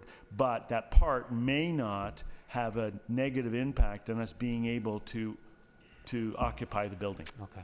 Okay, so I can't say what that is until I actually know what they are. So it doesn't mean that we couldn't theoretically occupy the building. It just may not. It may mean that we haven't completed our commissioning plan until that part is replaced. Okay. Thank you. Councillor Kemp? Thank you. I was just about to cut you off. Hey, Councillor Humphreys, new business? Sure.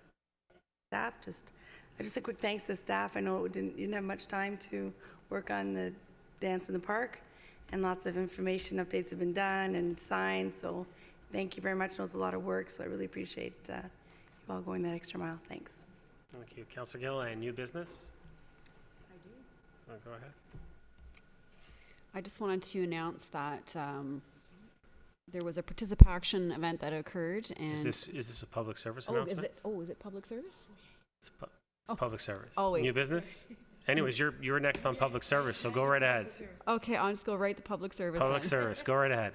All right, so Aurora participated in participation, and I know that I was encouraging it at each council meeting, and there was a lot of social media, and Activate Aurora was spreading the word, multiple booth dates at Farmers Market, and we should be so proud because Aurora is one of the top 5 finalists in Canada, and the winners are going to be announced on on June the 27th. So I'm really super excited to see who will win. So the top 5 are Aurora, East Ferris, Horton, Marathon, and St. Clair. So good luck to all those towns. I really hope we get number 1. So that's my first one. Second one is to say we're so grateful and proud to be partnering with Desjardins, offering all these free recreational services to the residents in Aurora every second Wednesday of the month. Skating, swimming, open gym. Check it out. There's some stuff online at aurora.ca/Desjardins Days, and you can find the schedule there. It's running in the summers till August. Thank you. Councillor Humphreys. Thank you. Concerts in the Park starts Wednesday, July the 3rd. Join us for this amazing summer concert series, and be sure to bring a donation for the Aurora Food Pantry for your chance to win VIP seats at the concert. For more information, visit aurora.ca summer concerts. Thank you, Councillor Humphreys. Councillor Kim. The CP Women's Open is coming to Aurora this August, and they're looking for volunteers. To make this a successful championship, CP and Golf Canada rely on the hard work and dedication of volunteers. Their team of volunteers consists of avid golfers, fans of the game, and individuals new to the sport. Over 1,200 volunteers are needed to make the CP Women's Open a success. For more information or to register to volunteer, please visit cpwomens, it's an sopen.com/volunteer. Thank you, Councillor Kim. Councillor Gardner.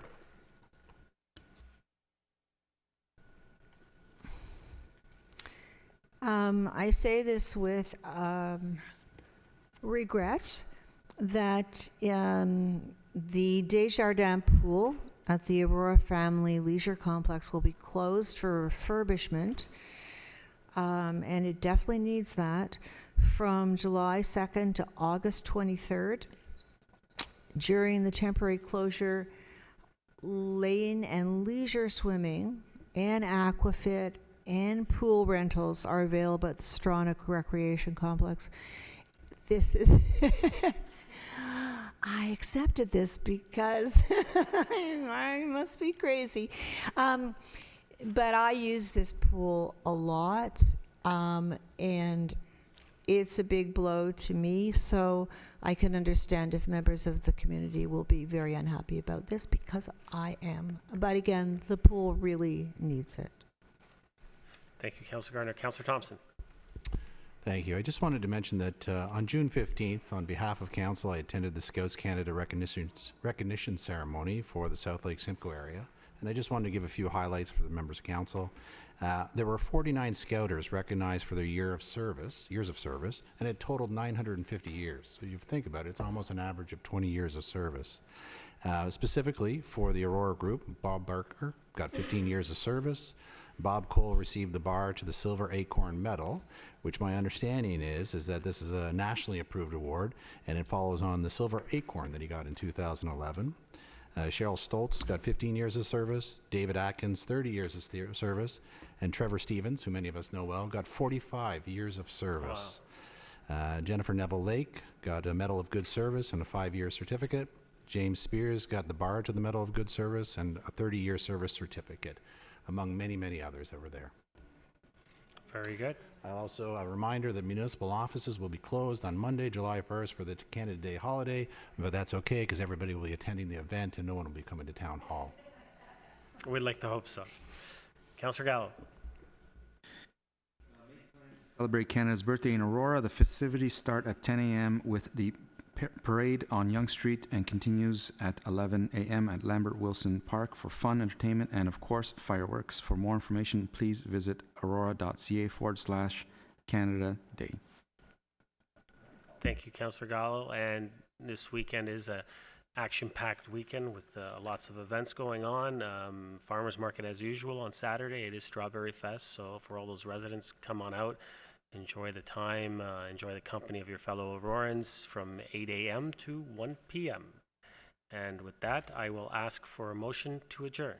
Oh, sorry, yeah, we got bylaws, sorry. I was getting a little quick there. I wanted to get out of here. All right, bylaws. Yes, Councilor I'll go to Councilor Gallo first. He's on the list. I just wanted to separate A from the other two, if we could vote separately for A. Okay, so you want A separate? Yeah, and Oh. others may want others. Yeah, that's fine. So we'll go A separate for now. Councilor Gardner?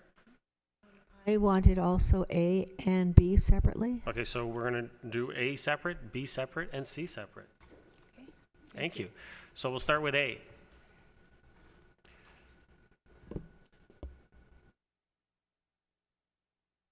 All right, can I get someone to move that? That is the one on Leslie Street. Yep. Councilor Thompson moved. Councilor Kim second. Councilor Gardner. Thank you, Mr. Mayor. The reason I've pulled this, as I said before, we don't have a showing of unrecorded votes, who votes for and against. I voted against this because we are taking the height up from 10 meters to 12.6. We're allowing that increase in height. And the other thing that we're allowing that's very unusual is in calculating the height of a building, any construction used as an ornament. We do not include ornaments or bell towers or spires. But in this case, we're including also railing, stair enclosure, access, storage enclosure, and or rooftop amenity shall be allowed to project above that maximum height that we've allowed to increase by 2.6. We're going to allow that for another 2.2 meters. So I voice a strong objection to that, and we'll be voting against it. Okay, thank you. Any other comments on this one? Seeing none, call the vote.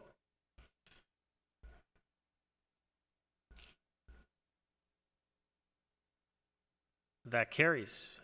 Next we have bylaw B. Bylaw number, well, it's XXXX19, so, no, bylaw number 6017, to amend bylaw 6017. Someone like to move that? Councilor Thompson, Councilor Kim, Councilor Gardner. Thank you, Mr. Mayor. It'll be no surprise that I'm going to vote against this. I voted last week for it because I forgot to remove the clause about the exception on Royal Road.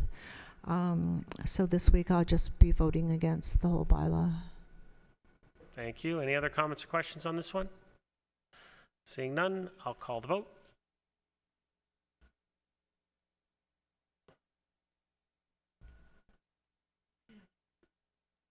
If you're quick enough. That carries. And C.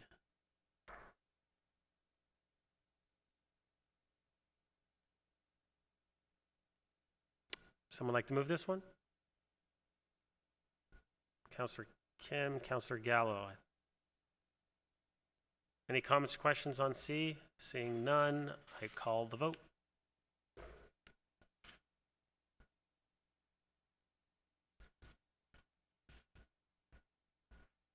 That carries unanimously. All right, confirming bylaw. Councilor Thompson. Second. Councilor Gilliland. Call the vote.